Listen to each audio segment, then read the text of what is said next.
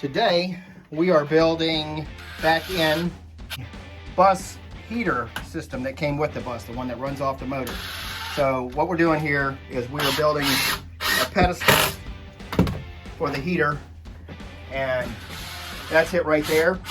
And we're going to mount that right there under the bed so it will blow from under the bed. The way these ones work is it's different from what you would think. This is the side that the air comes out of, and the air comes in on that side. So we have to build a little pedestal right there, mount the heat exchanger, plumb it in to the cooling system on the bus because it runs off the antifreeze and stuff like that. And then the air will come in here under the bed and it'll get sucked into the air exchanger and then blown out in over here.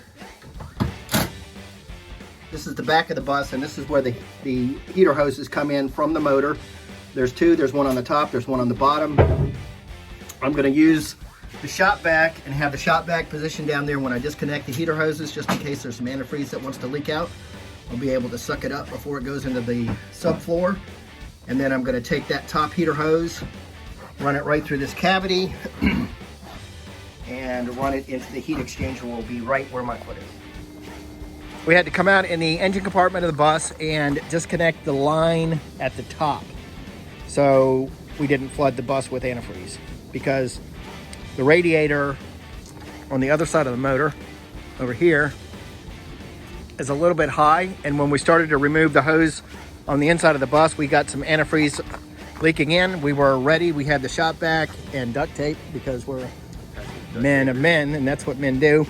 So we plugged the leak on the inside, came outside and disconnected the radiator hose, and we have that up a little bit higher than the radiator, so that's not leaking. We're going to go inside, continue to remove the hose, and get on with this. Bug is ready to get on with this project.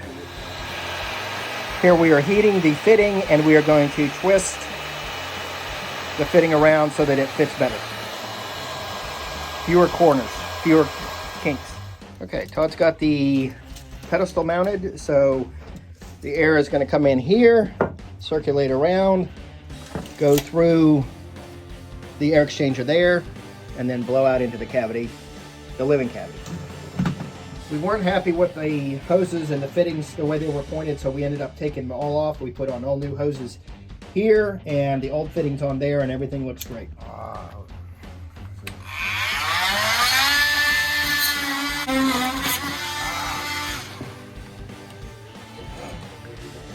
The next step is to take the hoses loose from the front of the bus where the heater is for the driver and the defrost. So we're going to cut those loose, but first we drained them. So we're not going to get radiator fluid all over the inside of the bus. Make sure it flows on a little bit there. We are cutting new radiator hose because no sense in doing all this work and putting back 13-year-old hose. And we have fabricated new pipes to go underneath the floor. This is made out of PEX-A, and then we got some special fittings here that will connect the PEX-A into the radiator hose, heater hose.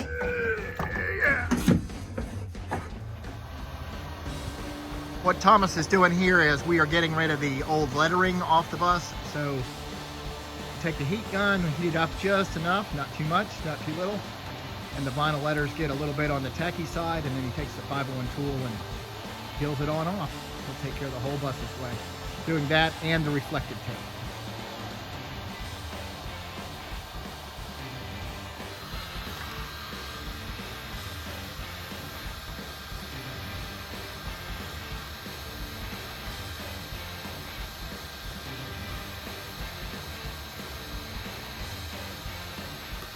Is that damaging the paint at all? Not at all. We've got all the plumbing run back, all the heater hose. So this is the back of the bus.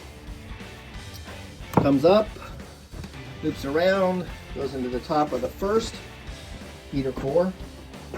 Air comes in from the back, blows out the front to the living area. Then the hose continues up here, goes under the floor here in these white PEX-A pipes, comes back up here. This will be behind the refrigerator. Then it goes into the top of the second heater core and out the bottom. Same airflow. Air comes in from the back, comes out the front. And then the pipe comes out the back, continues up, and then it hooks into the front of the bus where the defroster and the front heater is. Then there's one line that goes all the way from the front all the way to the back and hooks back into the motor. So I'm going to start the bus up and give it a test. Okay, the bus is running. I've gotten up to operating temperature on the motor, and I turned the heat on in the front, and the heat came on in the front, so we're good there. Checked for leaks right here at the front heater core, and it's dry as a bone. This is where the heater hoses run under the floor, and it is dry as can be, not one drop of water anywhere on any of the fittings. And finally, on the rear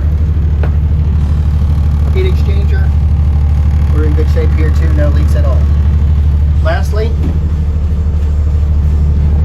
this connects to the motor, and that is dry as well. I'm going to take it for a drive.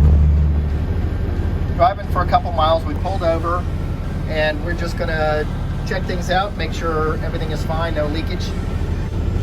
Water temperature for the coolant is exactly where it should be.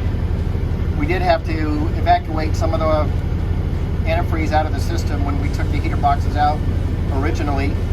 And then there was some spillage after that. There was a little bit of spillage when we hooked everything back up. So it's probably a little bit low on fluid, not terribly low, but right now it is running in the operating range. I've been running the heaters for about maybe 2 or 3 miles, and at the front at least, it is blowing me out of here. I'm going to turn them off.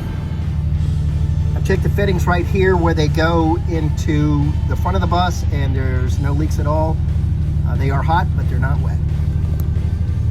Checking these fittings here where they go underneath the floor. Got some heat to them. Wow, they're really hot, but no leakage. Another set of fittings. Nice and dry. Hot. Checking on the second heater box, there is no leakage whatsoever. And at the rear of the bus where it connects to the engine, dry.